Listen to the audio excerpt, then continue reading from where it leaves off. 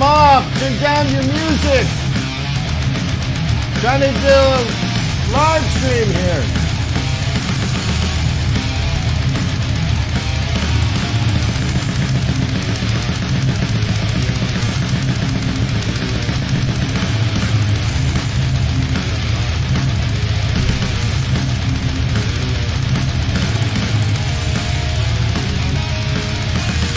All right.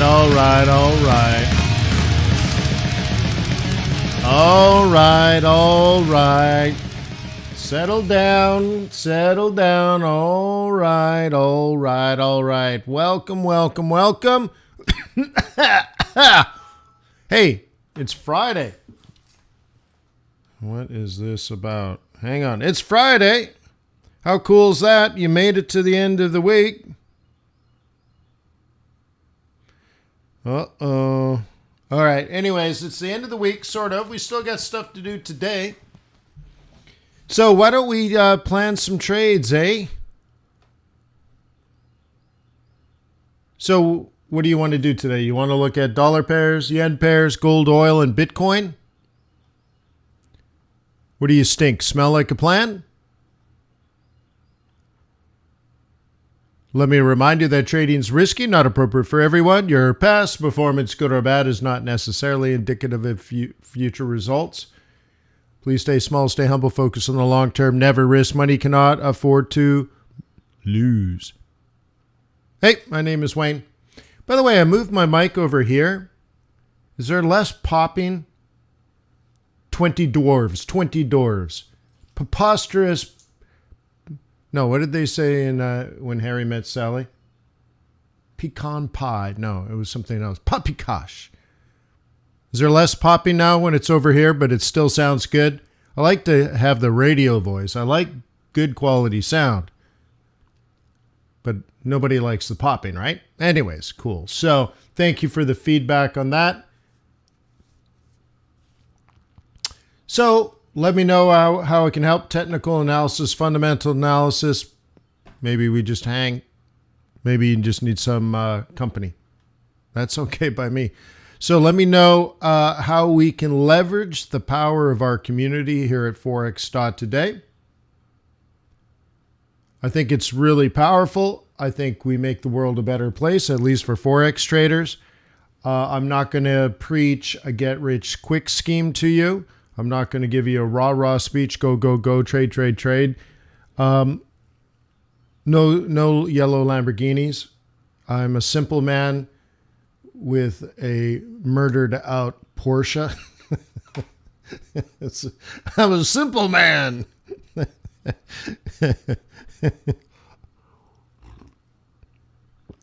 Is that a rat? Oh, here? No, that's a pig. Yeah, see, you're either a bull, a bear, or a pig, and pigs get slaughtered. That's a slaughtered pig. It's got blood coming out of its eyes, and yeah. So you're a bull, a bear, or a pig, and pigs get slaughtered. Anywho. So welcome to a simple man's journey through Forex. Let me know how it can help. Just let me know, and I will do my best to do so. In the description below, you'll find a link to my book. You will find a link to free training videos. You'll find a link to paid training videos, and you'll find a link to tradersway.com. A trustworthy, ethical foreign exchange broker that's faster than most, has competitive spreads. The swaps are bigger than most. And at least 2/3 of the employees are above average good looking, I think. Anyways, but I got new lenses on my Tom Fords. They'll look okay. There seems to be a bit of a reflection. They said they were anti-glare. They don't look anti-glare to me. Anyways, let's go.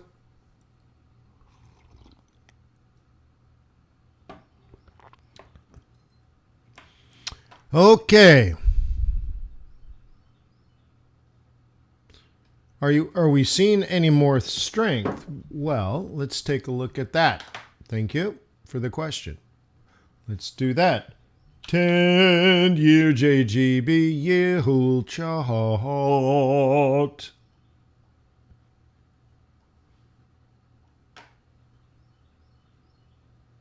Okay. So it can. That's what this says.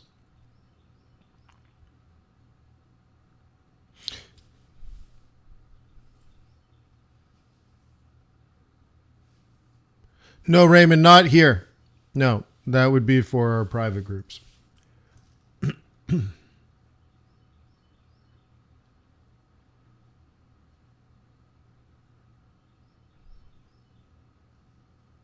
So anyways, we're looking at this coming up. Yields are going up. Okay. There's money leaving the Japanese market, but not nearly as fast as it was before. There's 6 months. And so the government stepped in right around here and kept the rate below 0.25 and has steadied, right? Has basically stopped that flow. So can the Japanese yen continue to be relatively strong? It can. Yeah.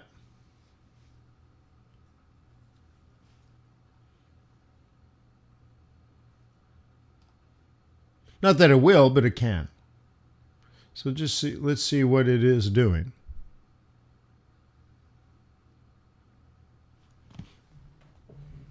Well, good. Thanks, Denise. Okay, so we're looking at it, and it can stay reasonably strong, but right now it's been quite neutral.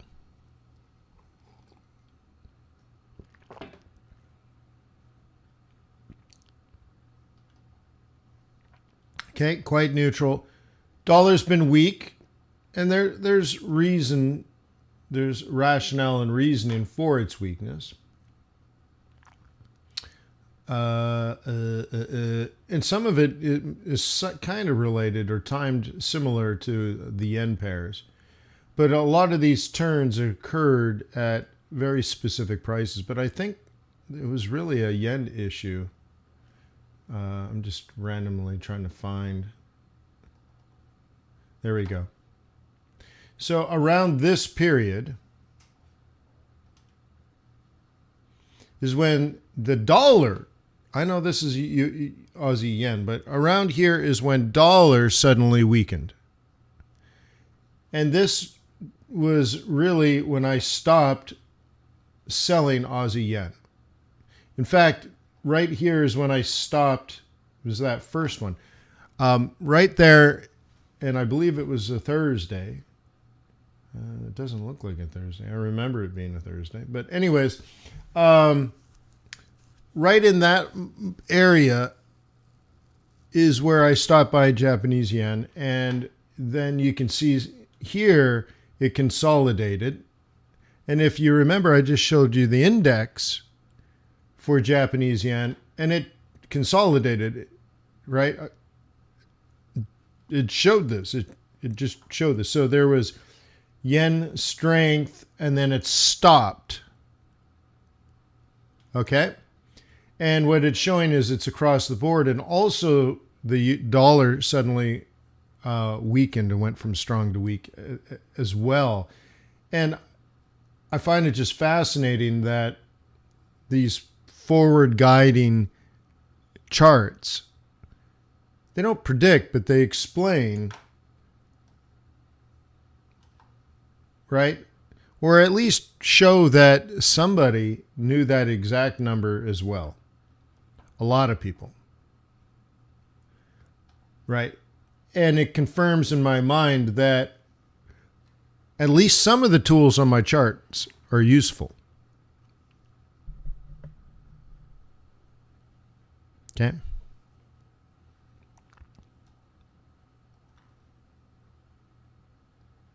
At least, right?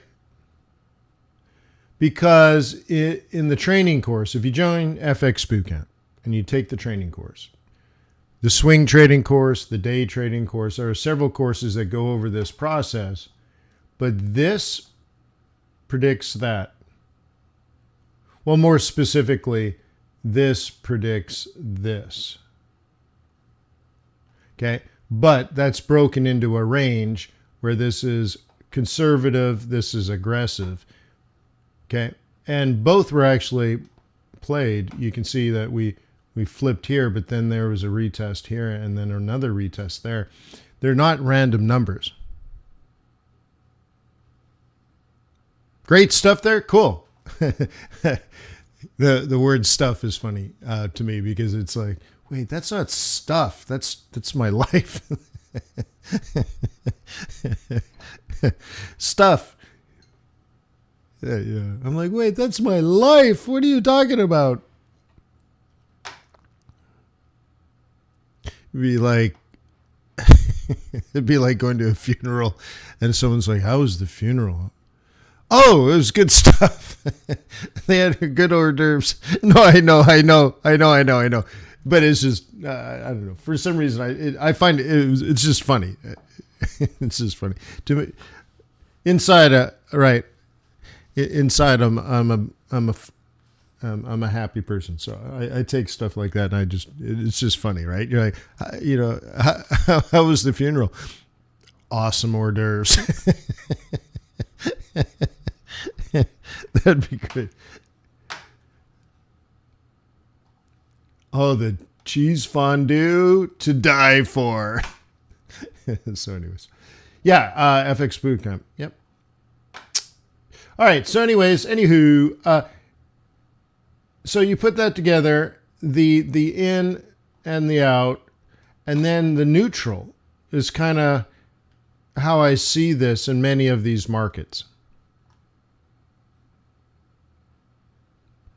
Jumbo!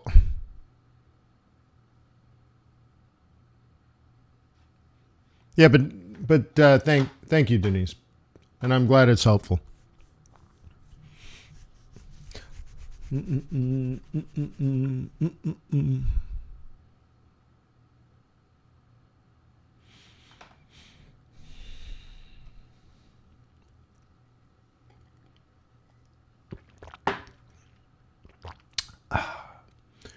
All right, so anyways, I'm looking at that really across the board, neutrality.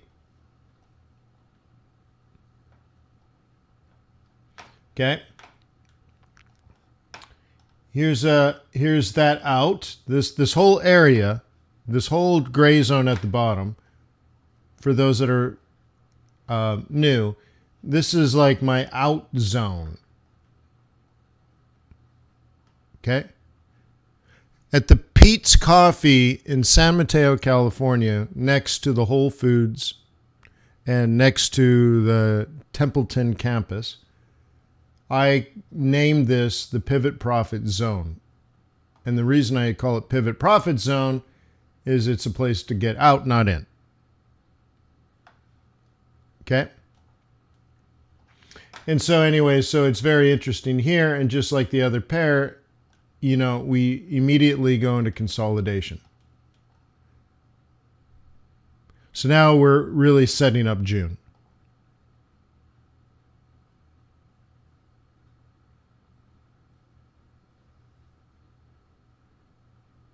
Wayne, can you show how to set up the confluence of the weekly pivot points?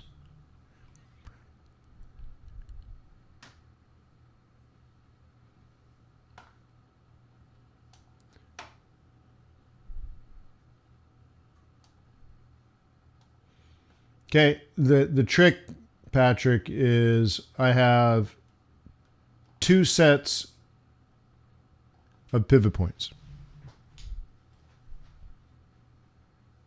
Okay, that's it. One is weekly and one is monthly.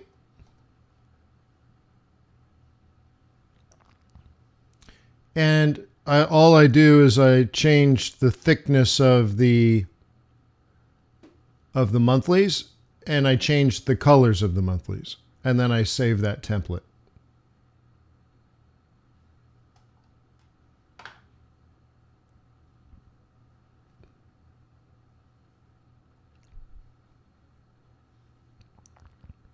Yeah.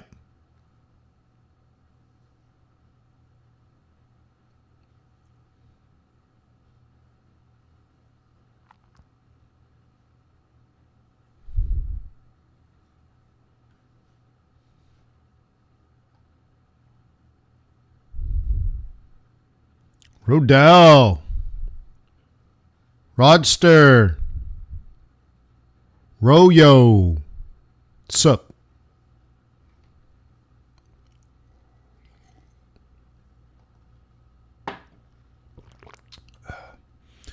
I have all these ideas. I'm an entrepreneur. One of the things I keep thinking about almost every day is that we do a live get together somewhere.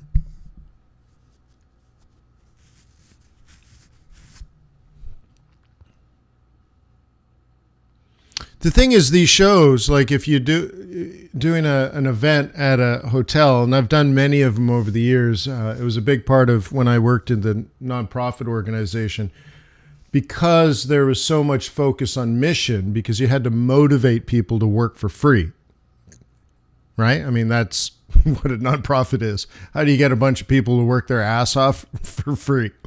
You better have a lot of mission and a lot of mojo around the mission. So we did a lot of conferences, internal conferences for training, because you constantly had new blood coming in, and the average person stayed around like 2 years or something.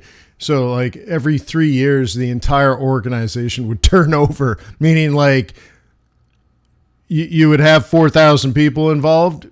3 years later, there's still 4,000 people involved, except there's just new people and nobody knows anything anymore. And you're always training. Anyway, so I've worked and ran these events a lot. So anyways, working with hotels are very, very expensive, right? So I keep wondering, like, we should do an event. It could be 1 day, it could be 3 days, all that kind of stuff. But inevitably, it always comes down to to the one bullet point. They're expensive, right? Like, no matter what, whether it's 10 people, 100 people, or 1,000 people, it's going to be $1,000 a person. And that won't include your travel, and that won't include your hotel room. That'll just be the room and the meeting rooms and all that kind of stuff. And I'm like, I don't know if, right? And you don't want to do, 10 is not enough, obviously. So you're like, we need a minimum of 100 people to pay $1,000. I don't know if we got that. Maybe we do, maybe we don't. That's to break even, right? Like so it's just like, I want to do something like that, but boy, but push me if that's something that you think we should do. A friend of mine runs something called Awesome Fest, and I think that's a great idea as well, where it's not even formal like stage training. Instead, you sit down on a beach and you have a talk.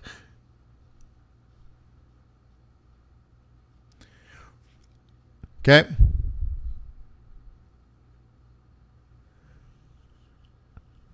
Rodell, MetaTraders in their brilliance doesn't like that I was promoting their product, and so they threatened to sue me multiple times, their legal department multiple times, and they were really bitchy about it because that's their job.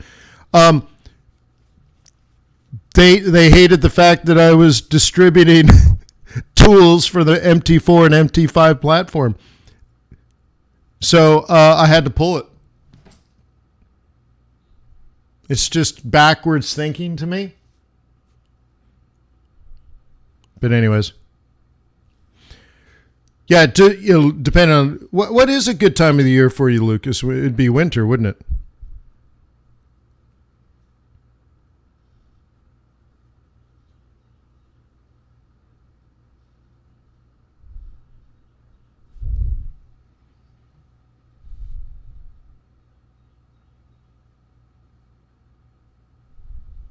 Raymond says, we had an awesome London session today. Really?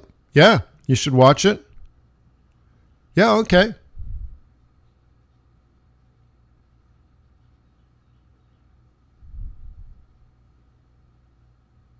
Made us like Miami Bees. Yeah.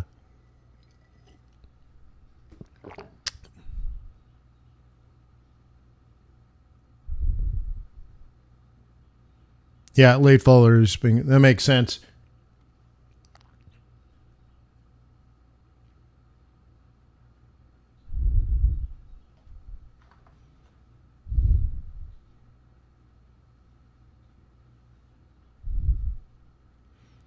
Okay, the pink and green zones.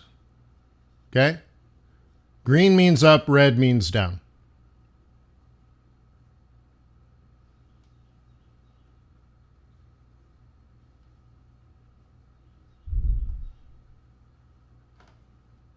Okay.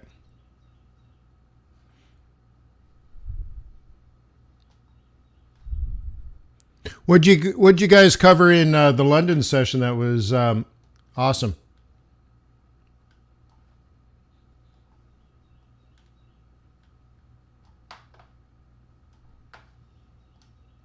Anyways, I'm just highlighting stuff that catches my eye.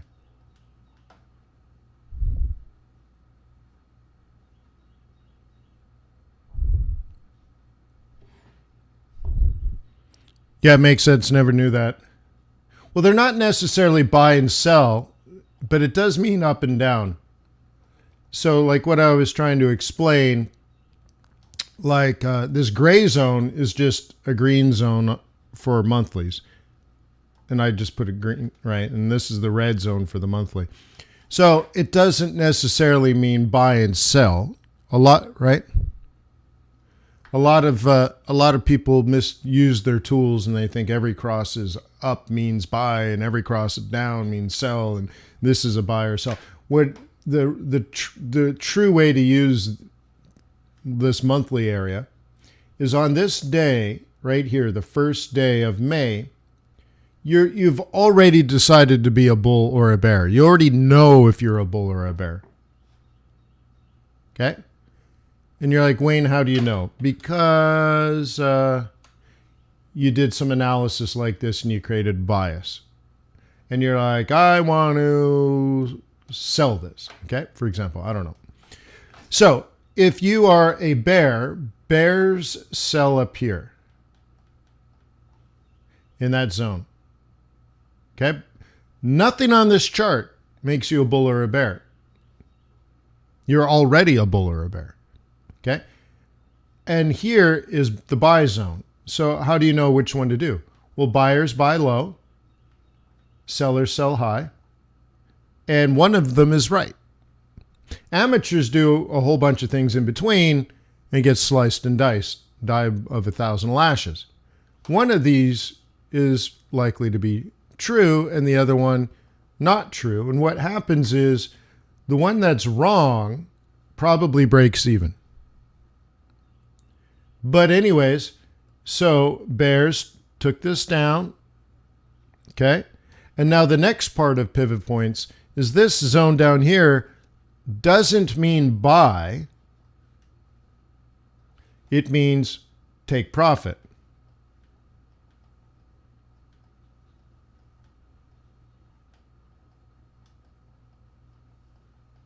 So much of this up is not bulls buying. You have to understand that.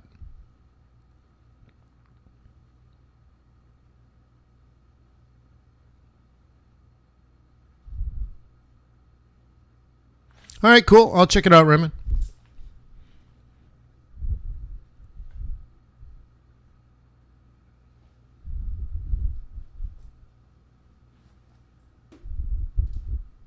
Okay. So this is profit taking, kind of like a short squeeze, kind of, right? Anyways, it's the counter of this. It's the bounce, but it's not necessarily bulls buying. Now, bulls might have bought here, but not many, I don't think. We don't know. But many of these are consolidating because what is probably happening, and goes back to whoever asked the question earlier, can the yen get strong again? And I look at some of the rationale fundamentally, like 10-year JGB yields, and I'm like, yeah, it could. Not that it will or it has to, but could we have one of these in June? Yeah. Yeah, we could. We don't know if it is, but like here, you don't know if this is going to go up or down. You just, you have a theory, otherwise known as a hypothesis, and then you use technical analysis to confirm or deny that hypothesis. And so could there be bears, or in fact, are there bears in here that are thinking this is going to happen in June? Yeah. Are there bulls here that are going to think like this is going to happen in June? Yeah. Which one's right? I don't know. But that's your decision. That's how you earn, or not, let's say, create value. You're going to have an opinion based on some level of research, not just pure opinion, hot air, stinky hot air. Okay, but instead you did some level of research, and you're like, I think it's going to come down again. Why? Well, because of X, Y, and Z. And someone will say, oh, well, that's really interesting. And maybe it's true, maybe it's not. Okay? And then what happens is your trading improves because now you're using technical analysis to confirm or deny that hypothesis, which means you're looking for something particular. So if you want to sell euro yen, you would first want to see a top.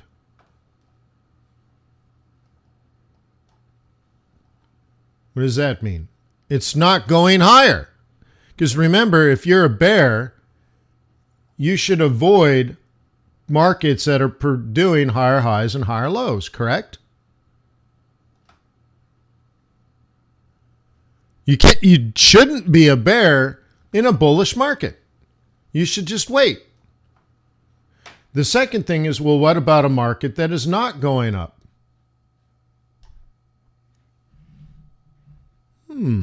Well, you could also stay neutral and wait, or you can sell tops. Okay? You could take profit at the bottom, or you can sell the top, holding and hoping for a break. Why? Well, you've done your level of analysis.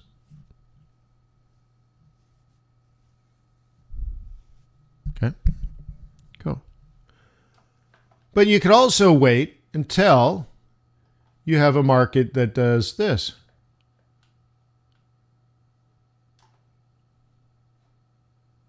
So that's how you'd look at this. You would say, well, there's a level of support here, there's a level of support here, and there's a level of resistance here, and I need to watch these, and at some point you might want to engage. Okay? Maybe here. Okay? Oops. Okay? Maybe something more like this. Okay? But you say to yourself, I can't sell it here, or you won't sell it here. Okay? And you won't, let's do it with X's instead of O's. X's and O's around me, right? You're not going to sell it at that price, and you're not going to sell it at that price. Okay? And you're in the middle here, so you're not going to sell there. So the only thing you can sell is a lower high or another top, which means you could think this, you could think this. That's all those are your only options for the next 24 hours. Unless it breaks down here, and then this could be an option. And then it breaks this, and that could be an option. Okay? So now you only got lower, high, top. Okay? Lower, high, lower, high.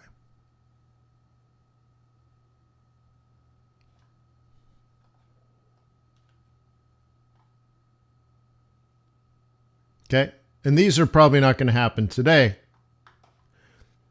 So you would filter this now, and this is the cool thing about this tool, biased pivots. You put that in bearish mode on a daily basis. Okay? And it says the same thing, really. Here's the plan.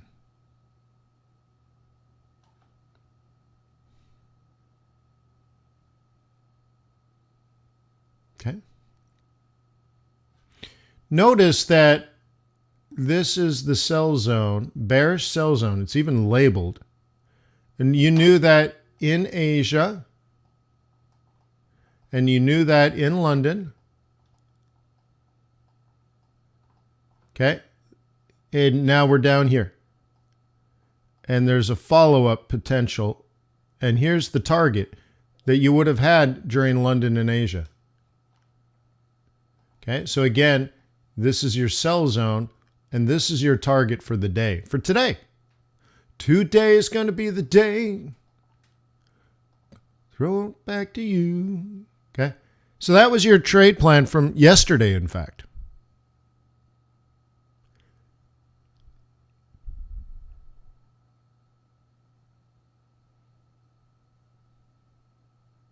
You are carrying out your trade from yesterday, your trade plan from yesterday. Okay?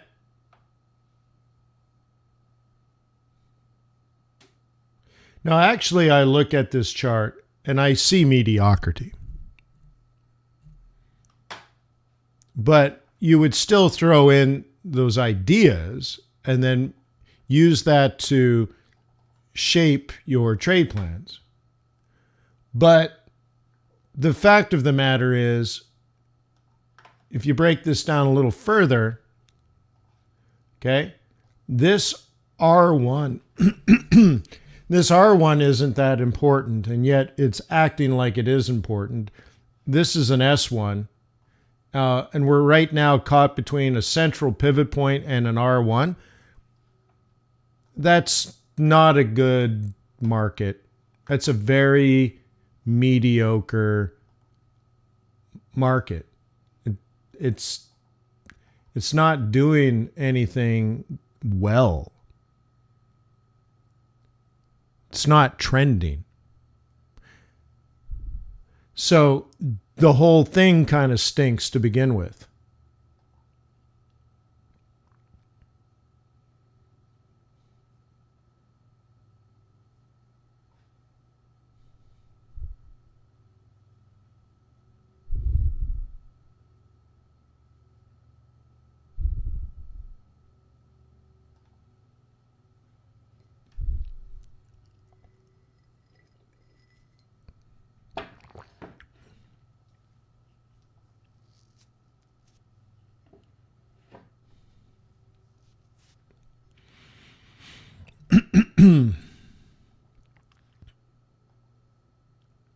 Let's do gold, oil, and Bitcoin and the S&P 500.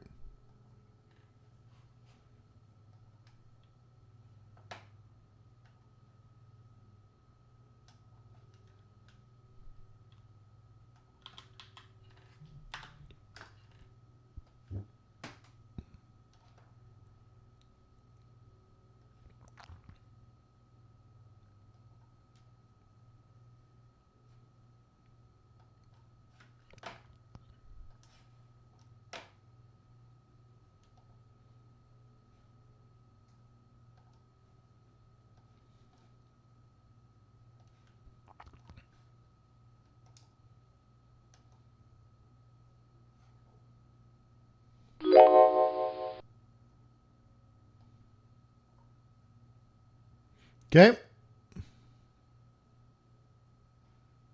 Big move off the bottom here. Nice little recovery. This is a daily on the S&P 500. If we can breach this price above us, which is 4,100, we're testing it today. Technically, it's a very important number because we would work our way back in to the previous trading zone. Okay, we would be back into this area. Oh. Okay. So it's very important if we can get up into here and then stabilize. Okay, I'm not thinking it's going to skyrocket, although I do believe there's going to be a few times in the next few months where suddenly we're going to have ginormous days in the stock market. But, you know, it'll stick like Teflon or something. I don't know. You know.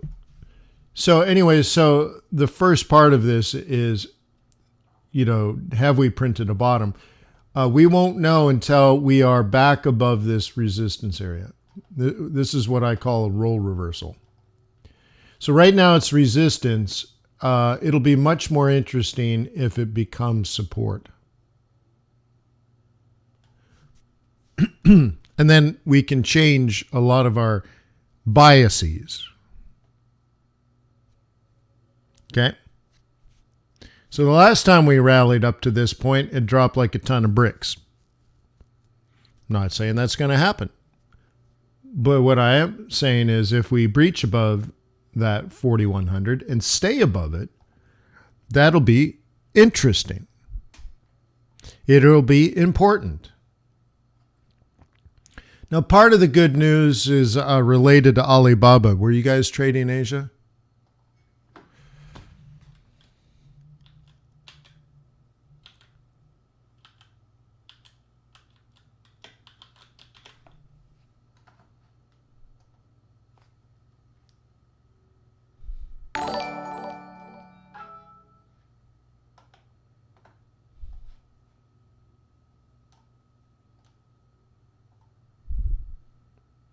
Oh, thank you, Maida. I appreciate that. I'll put that in the wine fund. Okay. This is the ADR though, but how do we get this? Maybe just try a good old Bloomberg.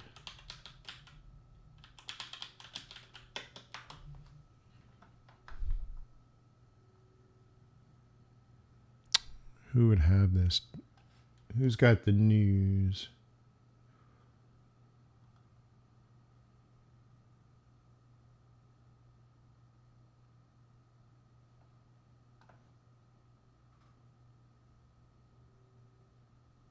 Nobody's got that. Nobody.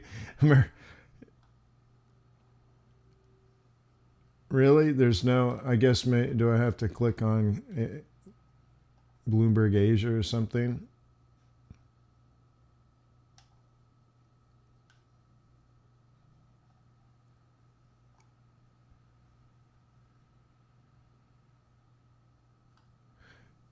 Anyways, anywho, Alibaba's up big. And it moved the market last night.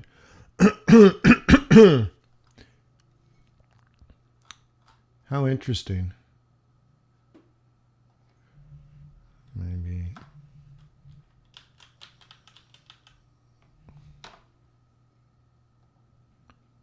But it's going to show the ADR, or is it going to show the Chinese? Here, up. There you go, up 15%.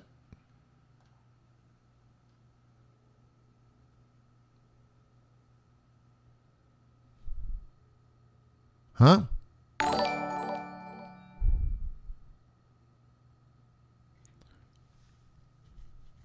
Thank you, Denise. Thank you, everybody.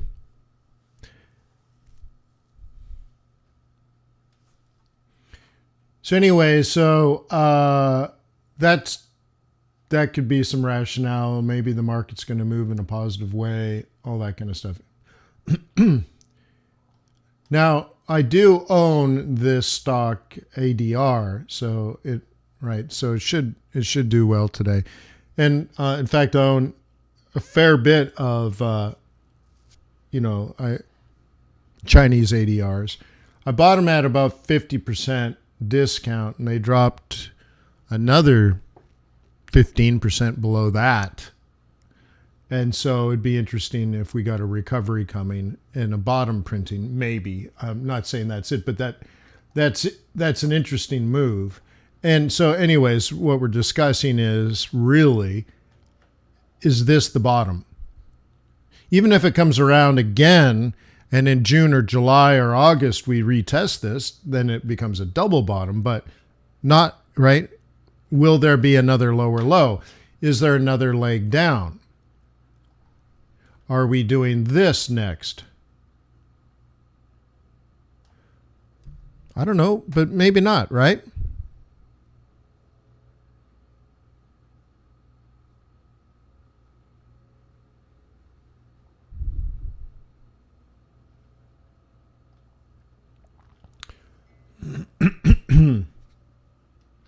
So that's part of this, of what you need to be doing as a currency trader. Because you're like, Wayne, why are we analyzing the S&P 500? What does this have to do with Forex? Good question. Let me address that. It shows the flow of capital.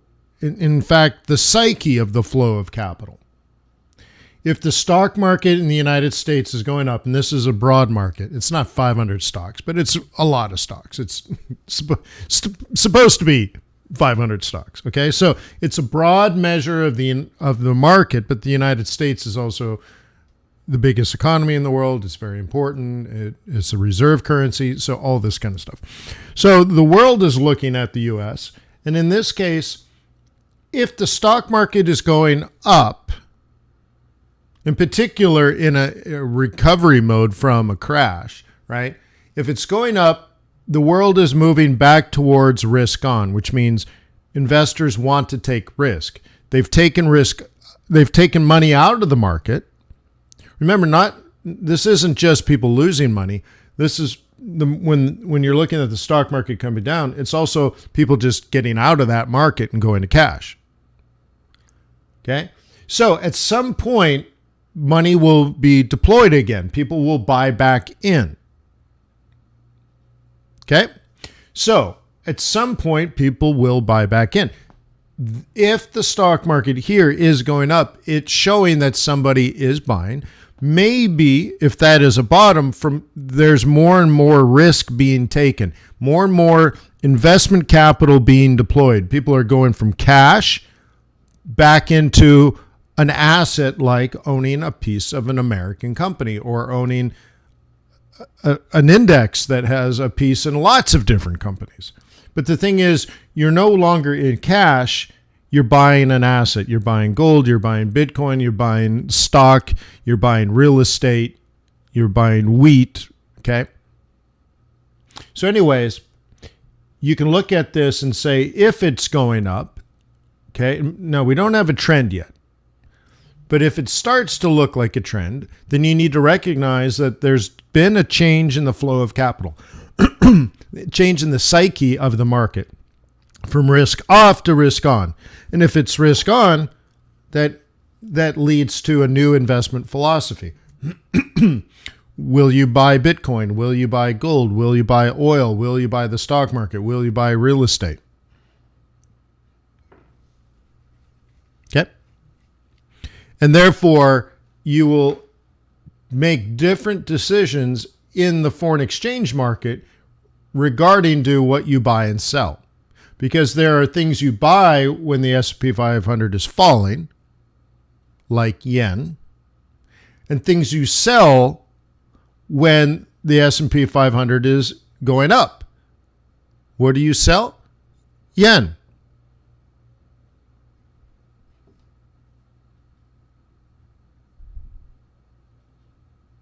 Right? So this is an important factor to be watching. Now, another one, instead of watching the S&P 500, another one to watch would be crypto. Now, I got a lot going on here, don't I? I have a lot going on, and I'm trying to show you that this is a bottom, and I don't know if I'm able to even get that. Oh, yeah, good. Let's just remove that. Let's go back into a smaller time frame.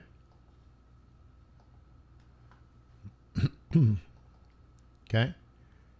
And these are areas that I have analyzed in the past. That's why there's a lot going on here. But this is a bottom-ish zone. And I'll pull this in a little bit. And there's a top-ish zone. We breach through and pop back and all this kind of stuff. But if Bitcoin is going up, that would be a sign of risk on. In times of risk on, very often the yen is weak and the dollar is weak.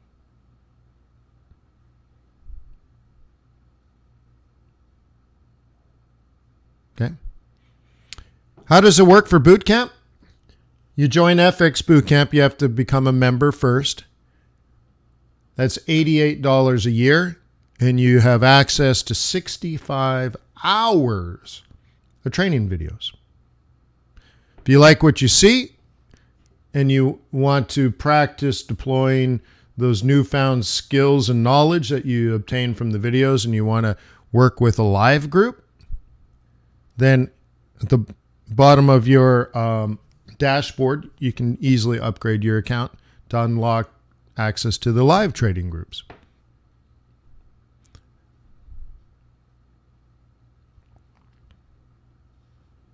Okay. And for $99 a month, you will have access to one swing trading meeting per week.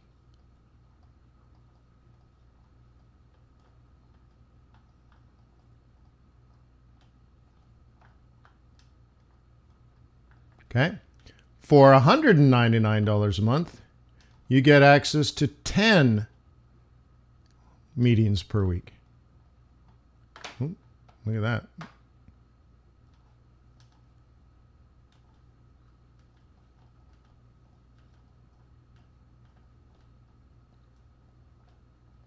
Okay. And these are you get day trading and the swing. Obviously, you get this as well. Okay. So it's 10x more value, right? 10 times more value for 1 times more money. That's it. Simple.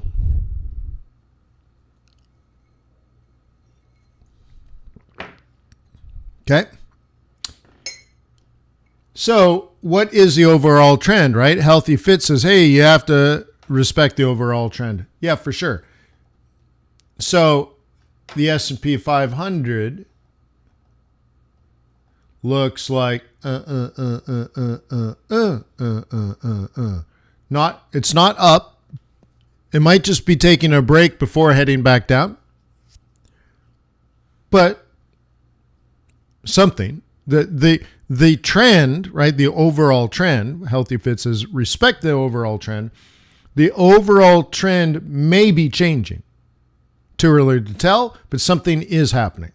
And then you look at, like, Bitcoin is instead of looking at the S&P 500, we look at Bitcoin.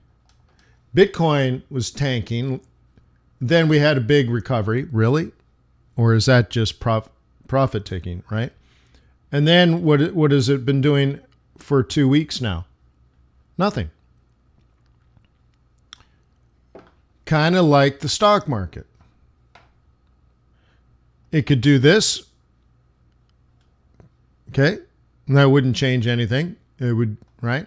But if it eventually is up here, then that is important.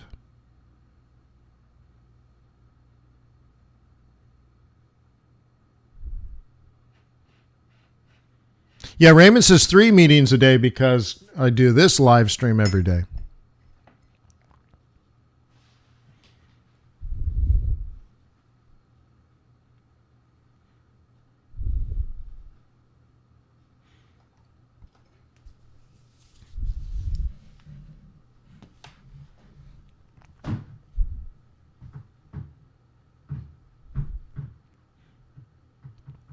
Okay. So anyways, this could be something you study simply to decide whether you believe market conditions have changed from bearish to bullish, risk on, from risk off to risk on. It will happen. And it'll come and go as well, because we have an interesting time where the Fed's raising interest rates to kill inflation, but it's not going to work, not completely. Because all they can do is address the demand side, but they can't do anything about the supply chain. So they can slow the economy down, put you out of work, and you stop buying crap from Walmart and Amazon. And then they lay some more people off, and demand falls further, and therefore prices start to fall because suddenly everything is on sale.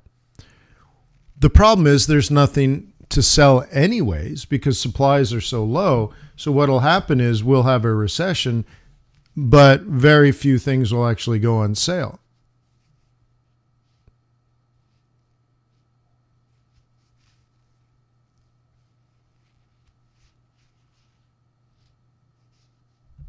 Sure, I agree with that, Exiles 100. Yeah. In fact, we talked about it yesterday in the swing trading group and the day before that in the day trading group.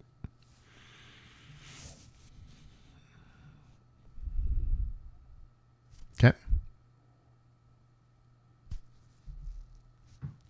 So anywho,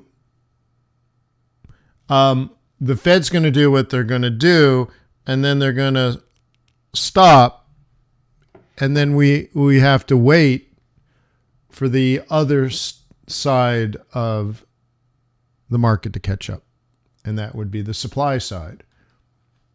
And there's nothing the Fed can do about that.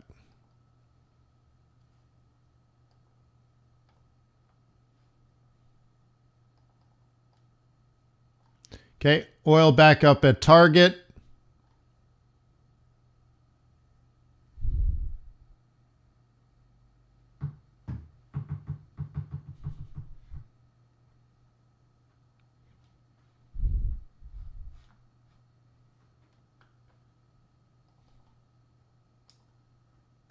So the Exiles 100, one of the things we talked about in the swing trading group last night, because of what you're saying in the chat, there's a higher likelihood of out of position trades going into June. And so we already talked about that. We've already planned for it. And we even have talked about not just the out of position open for June, but the likely of a counter trend in June, and how to set that up, and then how to counter the counter trend in the middle of the month. So yeah, not only do I generally agree with your statement, but a few dozen of us have already prepared for it, know where and when to likely take profit, what will happen as a consequence of that, aka the counter trend, and then when to kind of regroup and redevelop and reshape the existing trends in June. Like we're already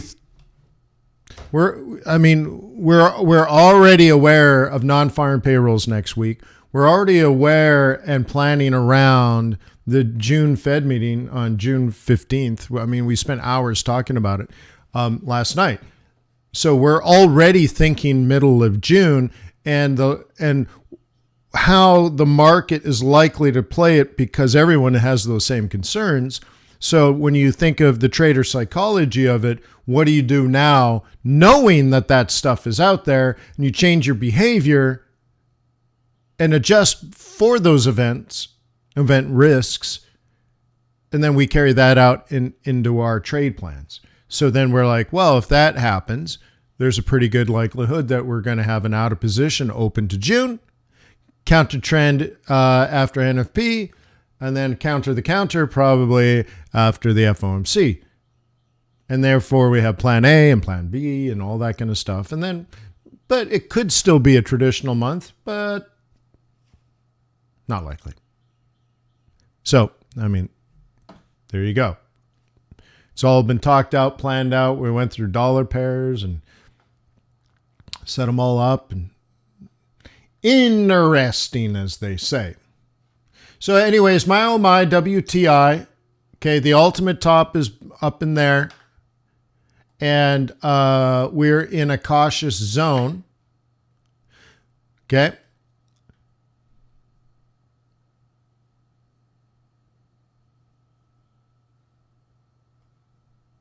Okay. Okay. And you have to ask yourself, how much concern should you have that we're back at the projected high for the month, which is also an important level when you get to more like 18.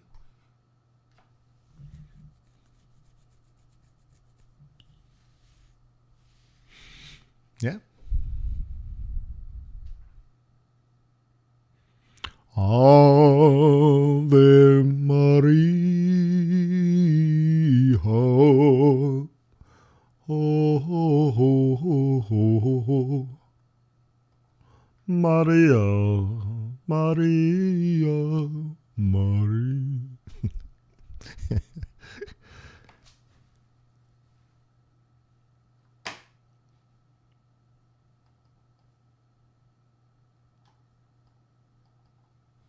So anyways, are you buying dips? Are you going to set up a profit-taking counter trend? Are you going to ride this up? Okay, I don't know. You have to think about that.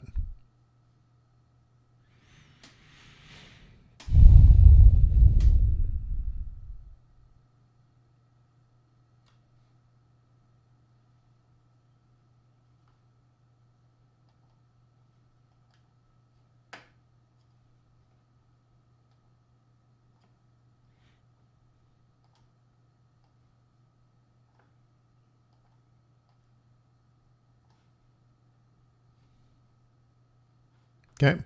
So a bear, for example, okay, a bear is going to sell here, right? They can sell tops. That's a top. Okay. Or they can sell lower highs at resistance. This is a lower high at resistance. Once again, I'm not saying it's going to do this. I'm saying if you're a bear, you would plan for it to do that. So right now, if you're a bear, you would be saying, well, I can sell here or I can sell here. Well, I might have that opportunity now. So you can say, well, I'll mark that. So you mark it out here. Okay. Put it wherever you want it. Maybe connect that like a real body or to that, whatever. And now you drop into your fiver. And now you're looking for maybe lower low, lower high, lower low. And you drop it like it's hot right here.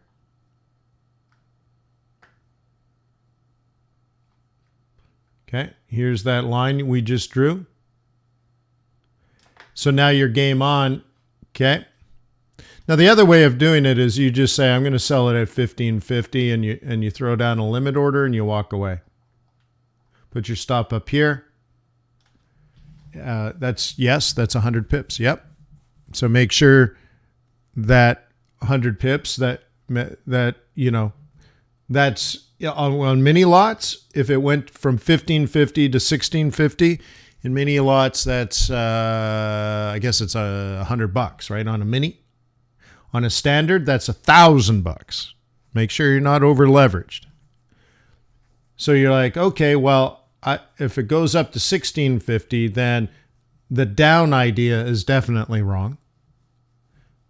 But if it stays below 1550, it's likely plausible, even if it's shorter term profit taking. But you're a bear. That's how you set it up.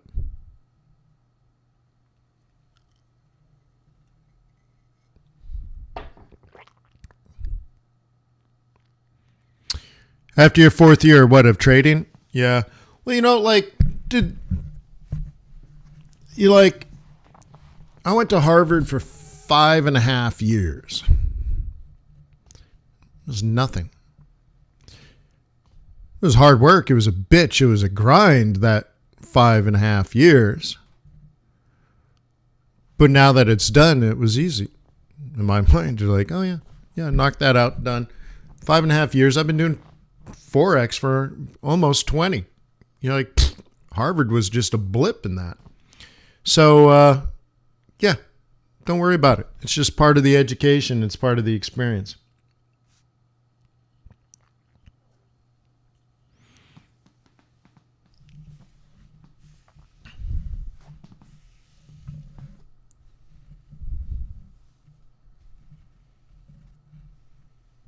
Yeah. Yeah. You got it. You're just doing your time. 4 years, nothing. It's a good start.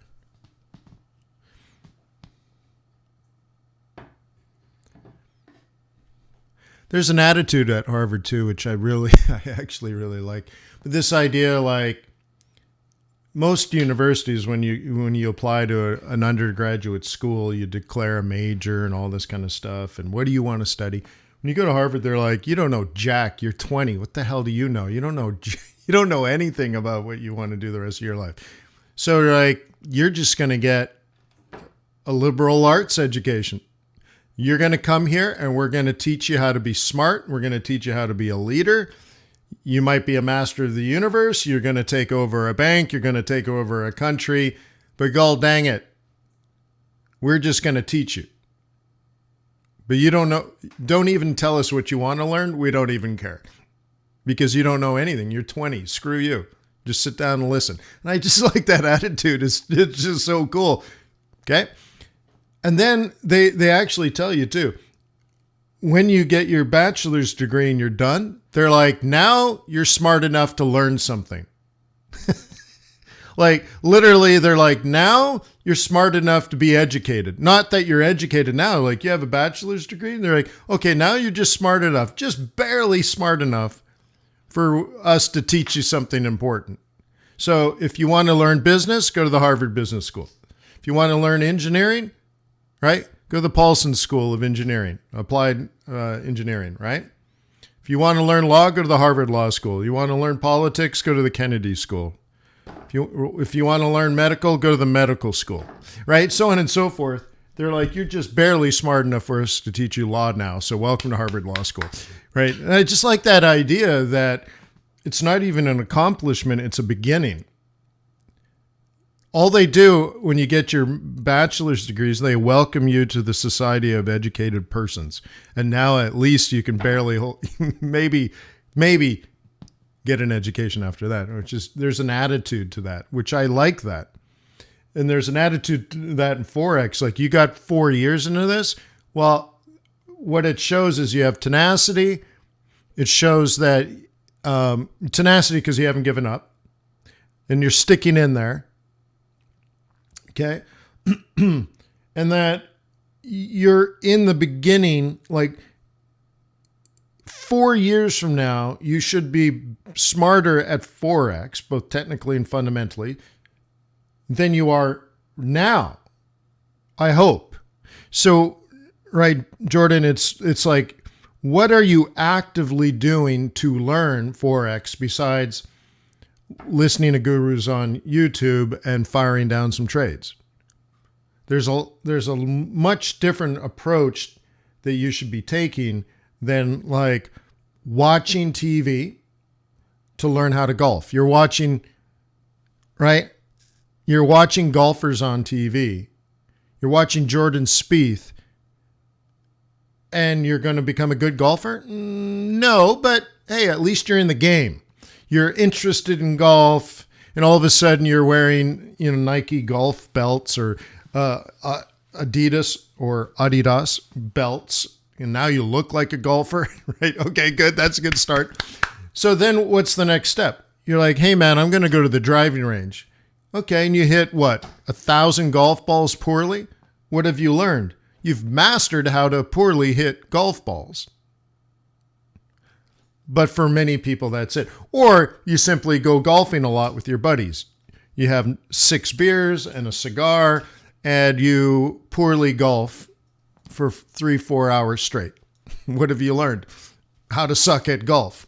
So then what is the next step after that? And it's nice that you're out and you're hitting the ball and you're watching golf on the TV and you're enjoying what you're doing. That's good. How do you get to that next step? You take lessons and you learn how to stand and balance properly.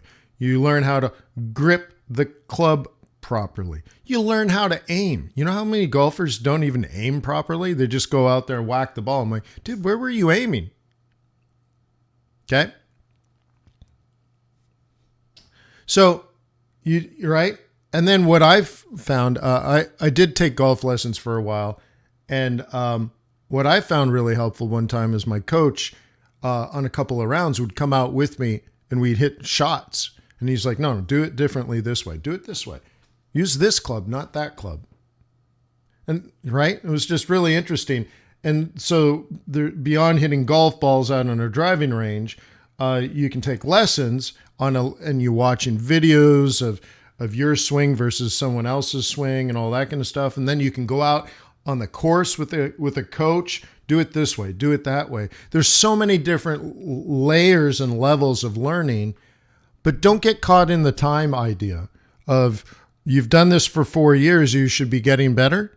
No, not necessarily. You can golf poorly for 20 years, and 20 years later, you still golf poorly. Why? You've mastered the mediocrity.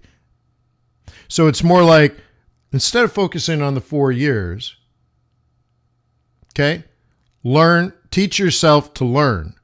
Again, that's kind of that Harvard attitude where your first 4 years, they'll teach you how to learn so that you have that basis, right?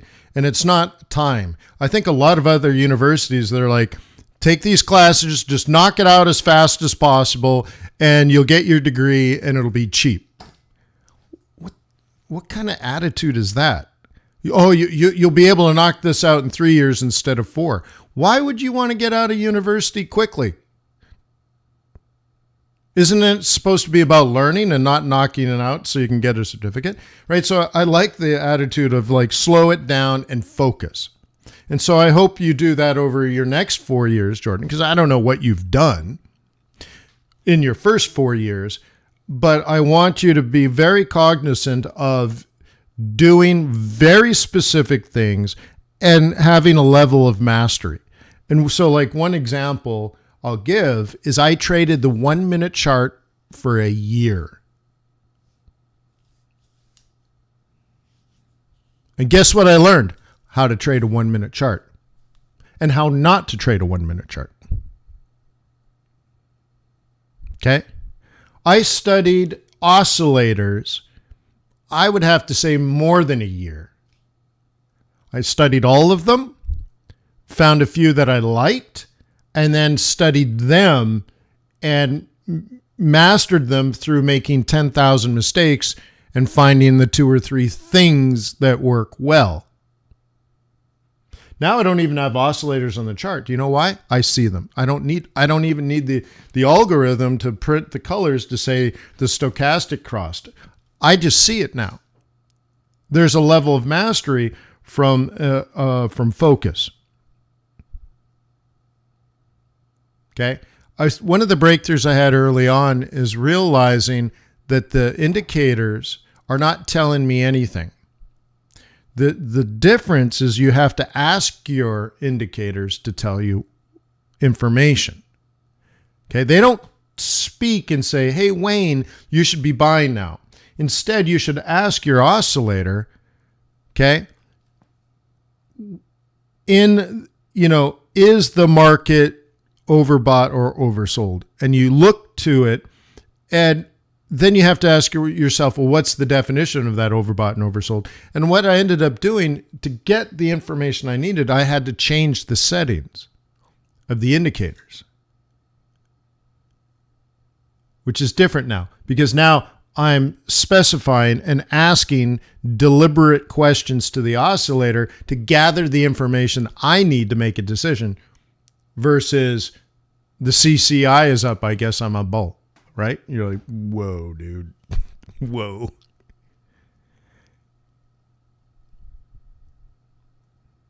Okay.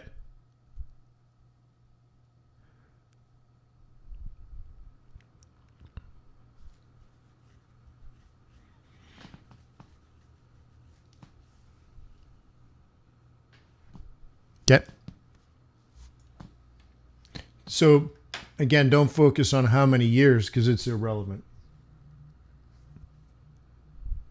It's not irrelevant, but if you do the same mistakes for 20 years in a row, guess what? You're still, it doesn't matter how many years you've done it. You're still mediocre, right? So anyways.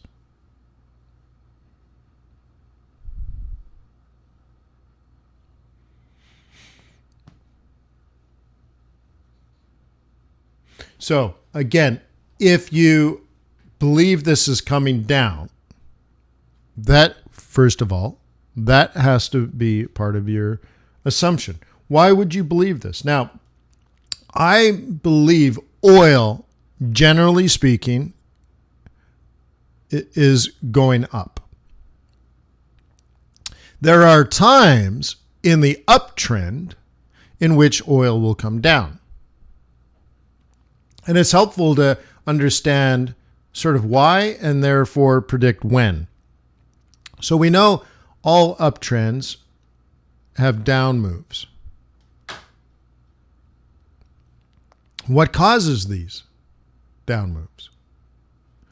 Very often it's profit taking, and then people buy back in, and then it rallies back up. Cool. So if you go further out, okay, sometimes this profit taking occurs, okay, around a top. So that's what that's about. Also, we have predictive indicators that say, based on what happened last time, this area is important this time. It may not be, but it could be. Statistically, you could say, well, based on what has been happening, this is an area in which profit taking could occur. So some people will deal with this and others in different ways, right? So today, this could be profit taking, and tomorrow, this could be buying back in.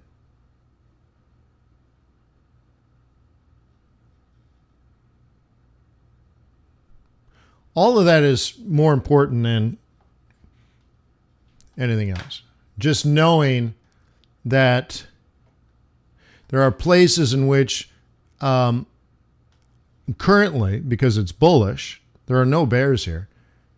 Okay.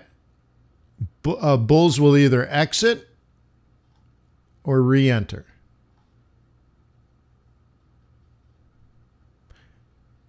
How many bears would sell a higher high?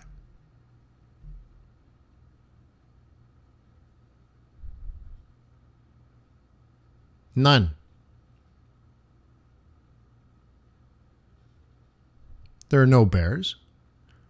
How could there be bears in a market that's making a higher high? So bulls either buy or they sell. Bulls buy and sell. This is another process that new traders don't quite understand for a while, maybe until your fifth year, right? But right now, bulls are the ones buying and selling. Okay? So if you buy my book, Nah, don't buy my book. It's too expensive. Buy my training courses. It's probably the same price as the book. But it's 65 hours, okay? Pay the $88. Come on, man. Okay. It says this is where bulls buy, very specific price. And this is where those bulls, this is where the bulls sell. So if you're in for one lot and you buy one, and here you sell one, how many do you have? None. You have to sell to take profit. Okay? But, no joke, that's the price. And that's the price in the strategy. And you have these numbers before they've happened. So there are bulls there, right? Cool. Now, this week was quite challenging because it just wouldn't move. But that is a bullish price. The problem is you'd buy it and then the next day you'd be out at break even. And then it makes a lower low, which psychs you up. Then it's way back up here again. Then you buy it back there and then it comes, 24 hours later, you're back out at break even again. You're like, son of... And then you turn your head and cough and all of a sudden you're up here and you're like, damn it! Okay? But whatever. But this is the buy zone. And that's the target up there. Okay, let me redo it. Okay. So on Sunday night, you could have had a plan, buy somewhere in this price zone. And if you buy it there, this is going to 120, 121 actually. So you're like, but Wayne, you're not there now. Oh, I know.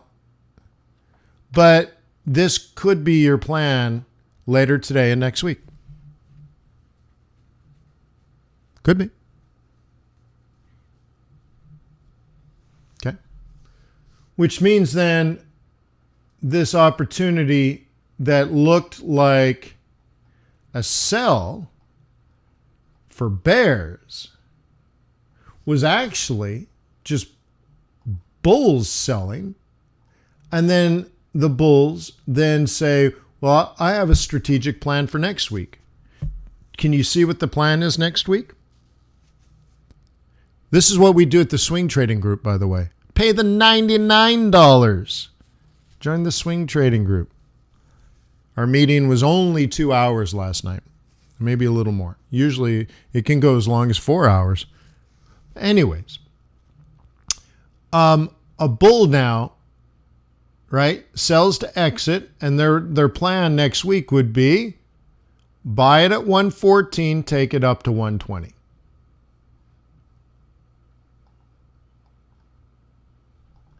Is that important? Well, it shapes how you look at this.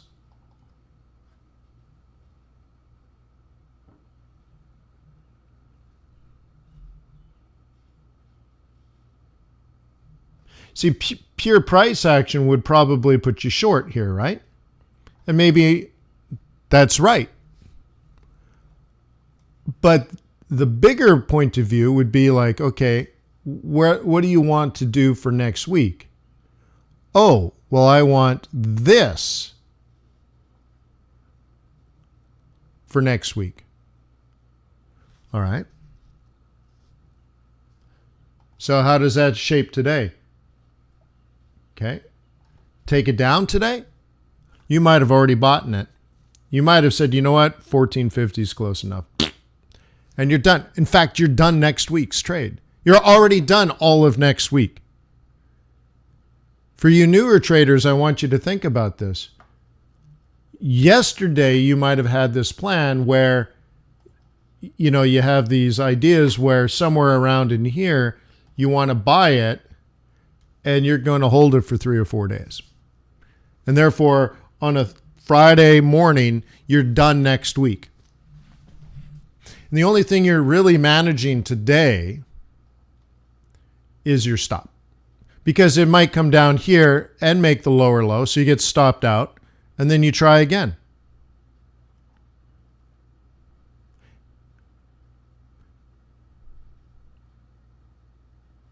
Okay? But if it does one of these, then you jam your stop and you're done.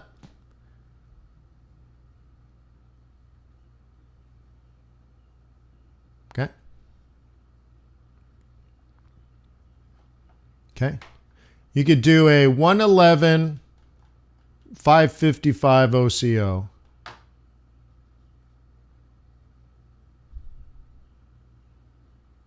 Okay? Why? Because you're buying it at 114 and a half, let's say. And you believe this is going to go to 120. Okay? So you're risking let's say in dollar terms, you're risking $111 to make $555, for example, a 5-to-1. That's okay.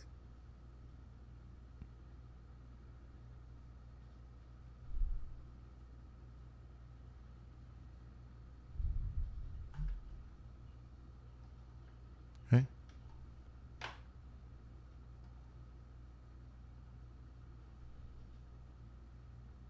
And that's the trick with time frames. If you spend all your time on the small time frame, your price action tends to work, and then it doesn't work. You're like, why? What was that all about? And you're missing the basic move. So you got to start with this first.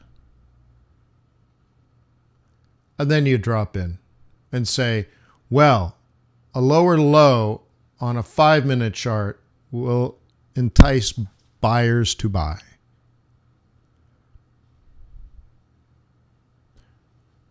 The hardest buy to buy. Is that White Stripes? The hardest. What is it? The hardest button to button. Can't. Somehow there's a trading song in there.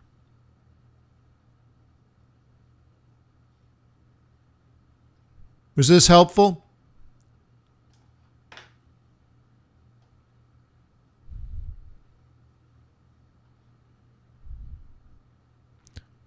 Please excuse me, I'm going to throw an ad on here.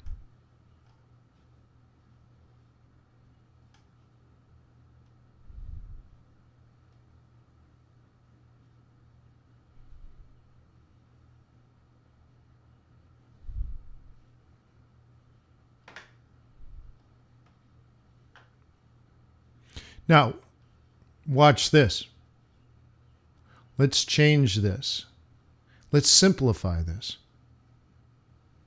Let's just simply go to day trading bullish bias. I have a template. It's only a day trade, and it's only bullish. I've removed everything else. So what should we do today as a bull? Okay, so it says buy here. Cool. Yep, that's it. Put your stop below, and that's that. And you waited all these hours. You waited all through London. Buy it, buy it, buy it. Whatever your style. Okay. Very often you need the bottom, but you need this, not just that, and then you catch the drop. So if I zoom in here, okay, you don't just buy it at the price, but you want to see this. Higher high, after the bottom, higher low, okay, and you're done. Now what you're doing is you got your fingers crossed and you're looking at this and pachow. That's the rest of the day. And you're done. So maybe in 15 minutes, if we're up around 16 and you're in around 15, okay, you jam your stop at break even and you walk your dog. You vacuum your office. You call your mom. Mama. Okay. Done, done, done.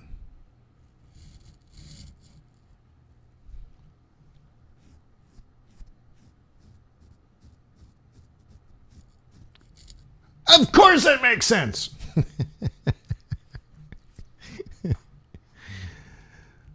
Yeah, it's the scene from Quest for the Holy Grail, where King Arthur's talking to God. God says, "Arthur, King of the Britons, I have given you a task in these dark times." You know. And King Arthur says to God, what a good idea. And God says back to him, "Of course it's a good idea." It's just funny. And of course, God tells him to seek the Holy Grail. Anyways, it's just funny.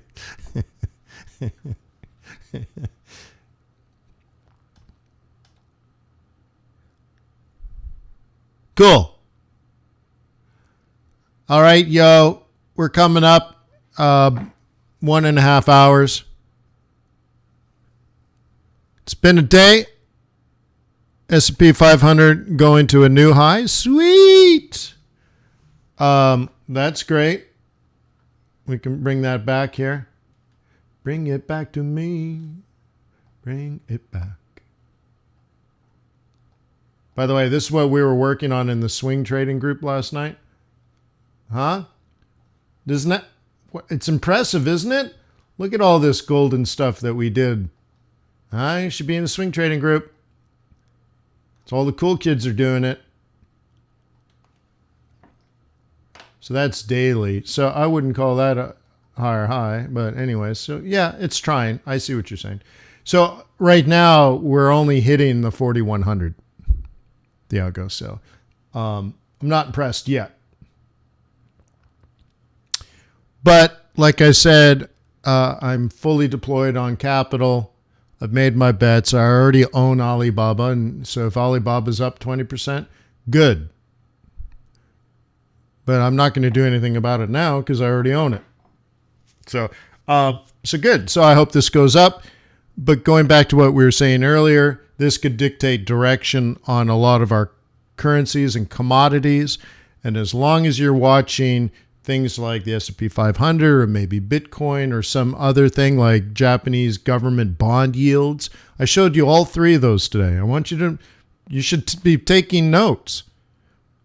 As a direction indicator, we looked at Japanese government bonds, the S&P 500, and Bitcoin. So don't just go back to doing what you always do. I'll go back to Eurodollar. Think about what we discussed today and, give yourself some task. What can you do? What small thing can you do to make a small change? Okay. Last night in the swing trading group, we talked a lot about routine, regiment, actually, and making sure that you have a process, a logical process to make decisions, and then go trade. Okay? So maybe in your daily regiment, try to find one thing that I might have said that was smart. Maybe I said one smart thing. Write it down and make it yours. Make a change. We're all trying, right?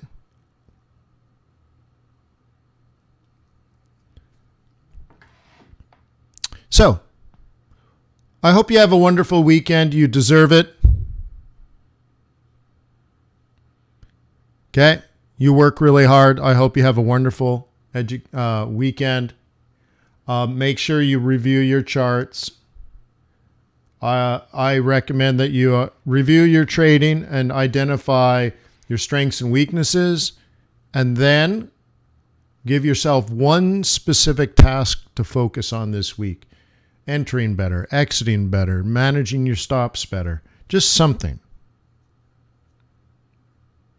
Okay? One thing you can focus on. Don't just hit a bucket of balls. Don't just go golfing. Don't just watch golfing on TV. Okay? Go to the driving range. You've already listened to your coach, and now your coach is giving you homework, and you need to work on your grip.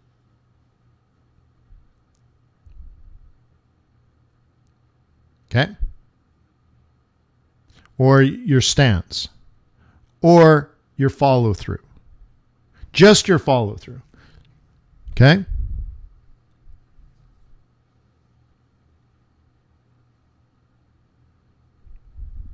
Oh, yes. Thank you, Lucas. Monday is a holiday, so there's no live stream on Monday. And for people in my day trading group, that means there's no Sunday meeting, no Monday meeting.